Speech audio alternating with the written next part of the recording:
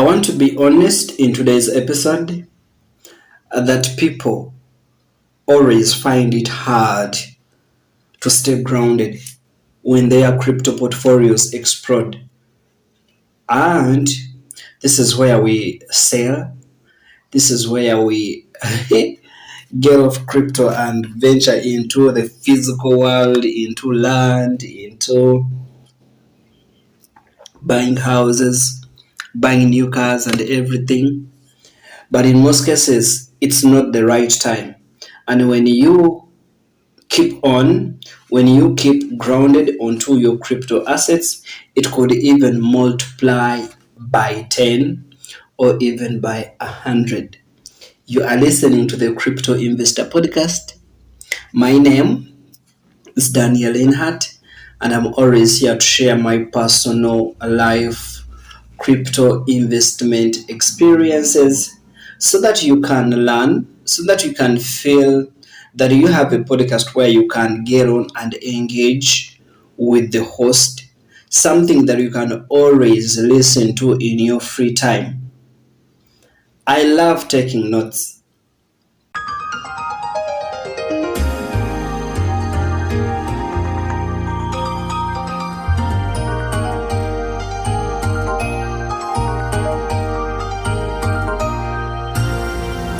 Previously, in my past episodes, I was telling people that always remember why you invested in the first place.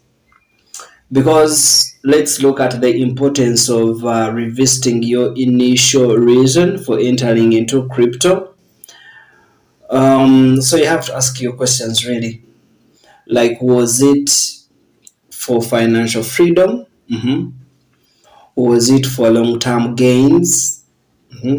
Was it just you loved and supported decentralization?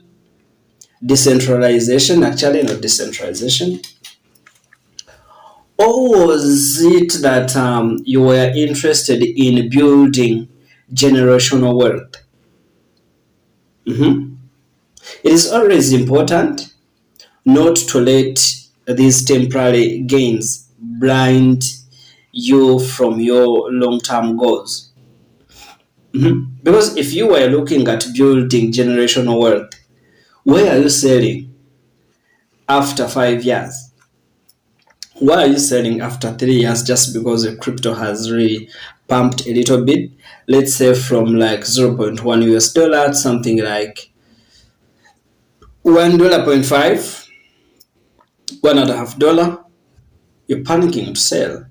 Because generational wealth, it means that you studied the asset very well, you understood why it is here, and you also understand that it is here for decades and decades and decades. It is a technology.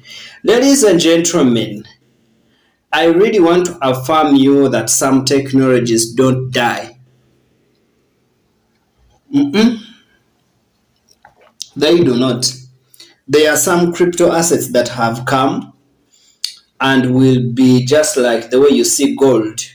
It will stay on forever and ever and ever.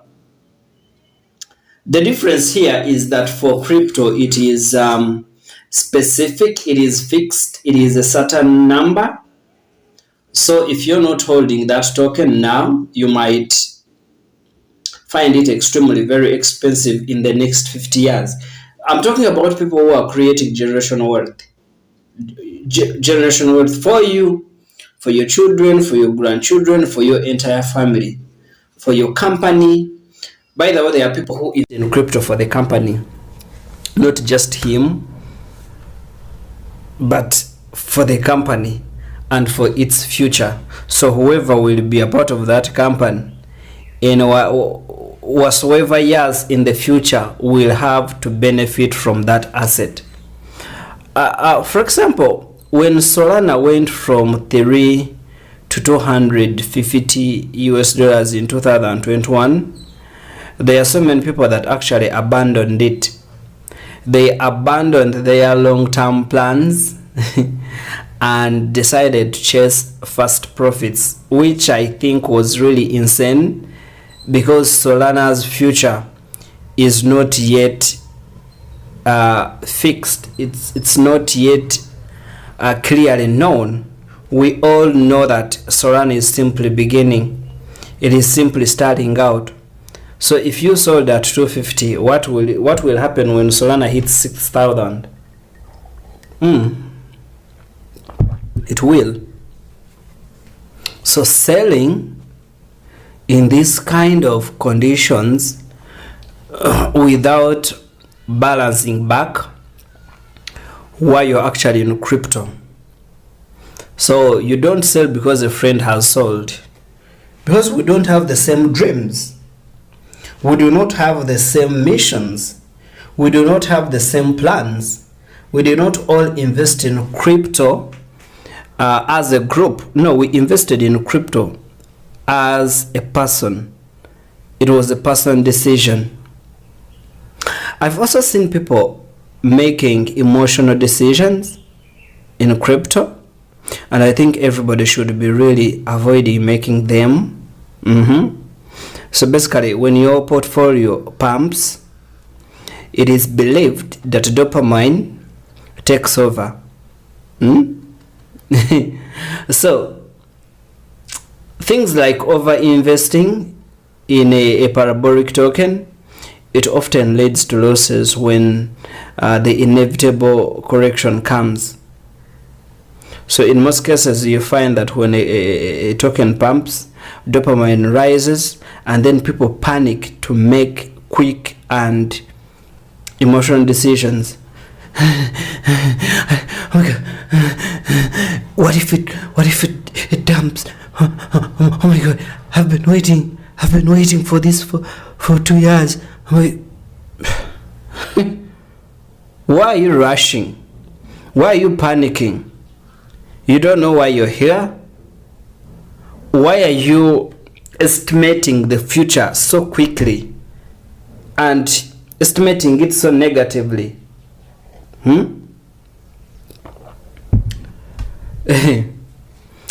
Around 2021, people took second mortgages, and yield at the top, and the price dropped 90%, leaving many trapped. So there are people actually who always run and jump into a pumping token. They actually don't invest when it is in red. The moment it gets in green, 13% green, they all jump in. And sometimes when I'm making this podcast, I'm like, things happen and people don't have enough information to rely on.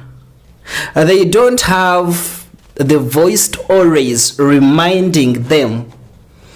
So in this kind of situation, I think a person should be listening to like this podcast, this very episode, because you find a person simply jumping into a token that has just gotten green, and people are simply shilling it on X, and you find them selling their long-term dream into a pump and dump token.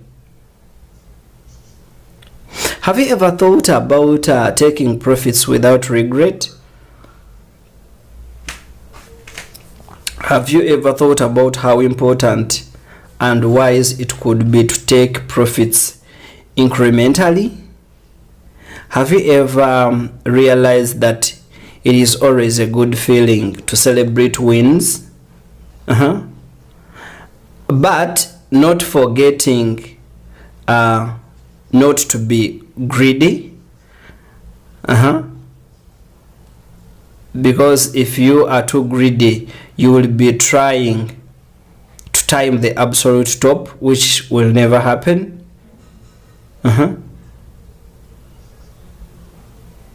There's a time when Kovo went times 10 and people withdrew around 20% of the profits,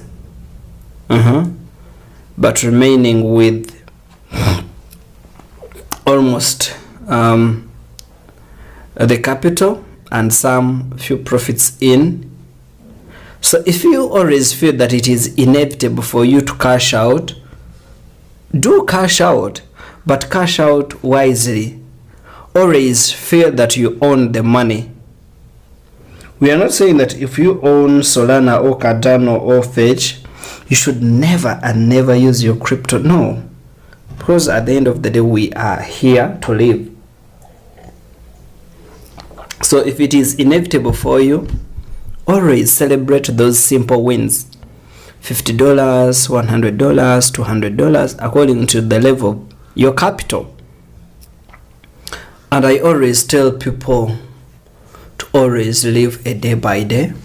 So if that day comes and you feel like you should take out a little of your tokens and use it in your daily life to solve life problems, do it. Do not make yourself a prisoner of crypto. No.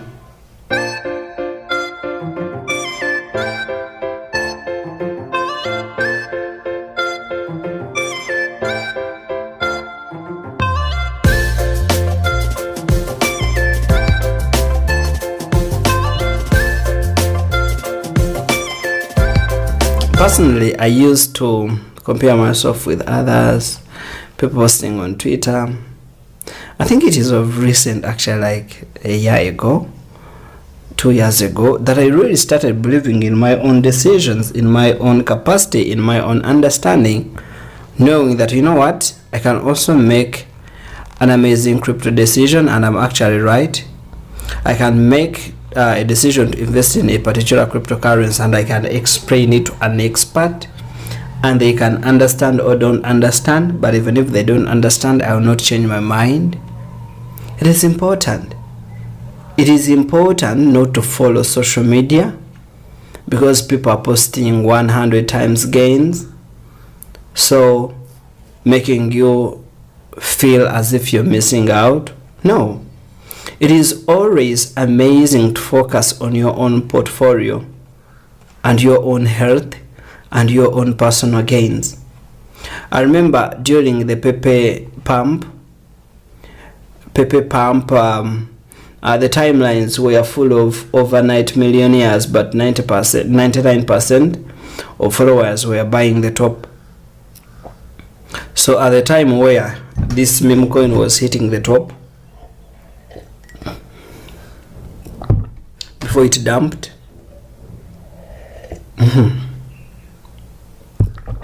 many people were seeing it for their first time and they all jumped in, and guess what?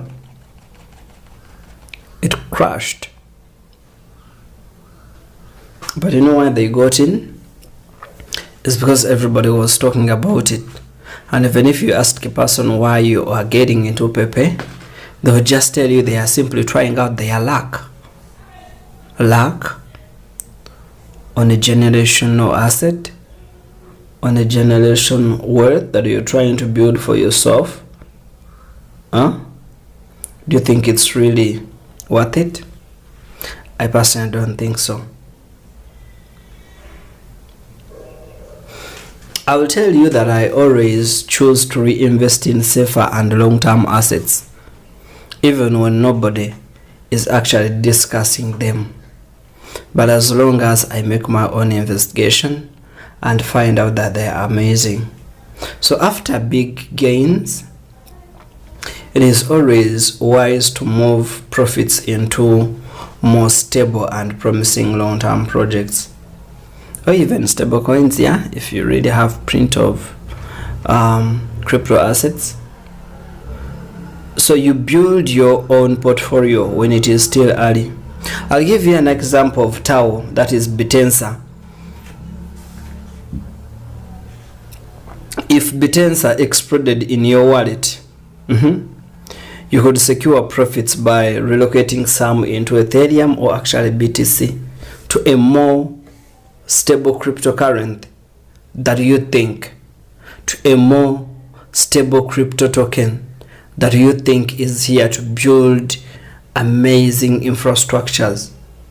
So it is also very advisable that if you have some weaker tokens and maybe by chance they pump, then move the profits to a much stable and much trusted cryptocurrency that you have in your portfolio. Most crypto investors are greedy and naive and jumpy, but personally I always stay humble. I always stay humble in the crypto markets because markets can really turn so fast. They run so fast, they turn so fast, they disappoint so fast. Okay? So there are projects that actually went from moonshoots to disasters. They are. So I always tend to think that what goes up in crypto, it often comes back down so faster. What grows so faster in crypto, it always dumps down so faster. Remember Luna? Do you remember Luna token? It was on top 10 crypto tokens before the epic collapse in 2022. And many people were wiped out, trust me. So many. There are many people who hold it, thousands of them, worth good hundred thousands of money. They were all wiped up in just a minute. And it is really a pity. It is really a pity, you know. Keep learning, keep researching. So the worst thing you can do to yourself is stop doing research just because you feel rich on paper or you feel rich in your portfolio, and then you relax. You don't want to learn new technologies, you don't want to learn new rules, you don't want to learn new happenings in crypto, new infrastructures, new innovations. It is really good to keep researching. When Rune was pumping, new projects like Silential Network AI and Node AI were emerging quietly. So if you only focused on Rune and you didn't make research, you didn't really care about what is happening, projects like Silential Network or Node AI or NF Prompt or I'm forgetting, you would miss them out. But if you stay inquisitive, if you stay your eyes widely open, you can miss out other amazing tokens and projects like these ones. So it is really amazing for you to keep looking around. Personally, I have also gone forward to set non-financial milestones. What are your personal goals beyond money? Please tell me, what are your personal goals beyond money? Like, are you trying to learn how to run a validator node? Are you trying to learn how to contribute to a DAO? Or how to build a passive crypto income stream? Website, YouTube, podcast, blog, marketplace.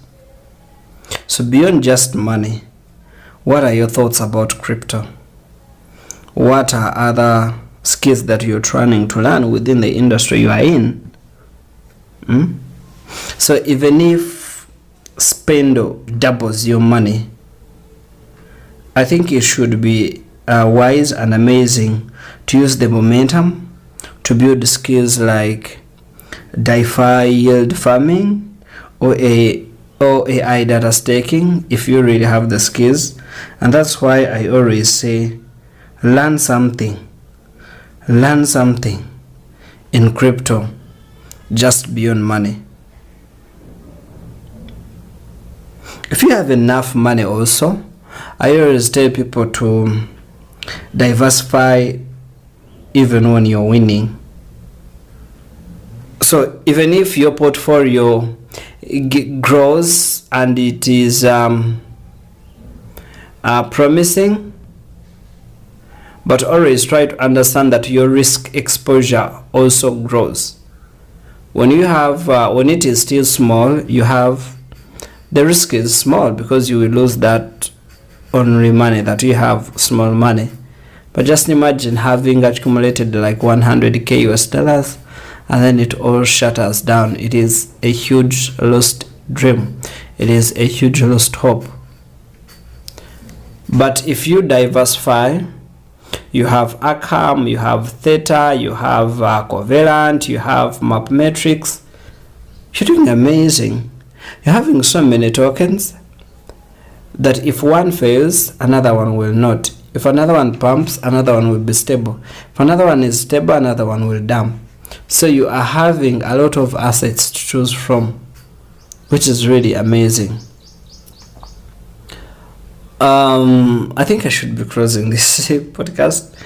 But if you're listening and you really think you've benefited from this particular episode, especially if you've learned how to really stay grounded even when you're winning heavily in crypto, please subscribe, share this episode to a friend or any person that you think needs to hear this. You might have listened from Google or other audio streaming platforms. Thank you so much. I do appreciate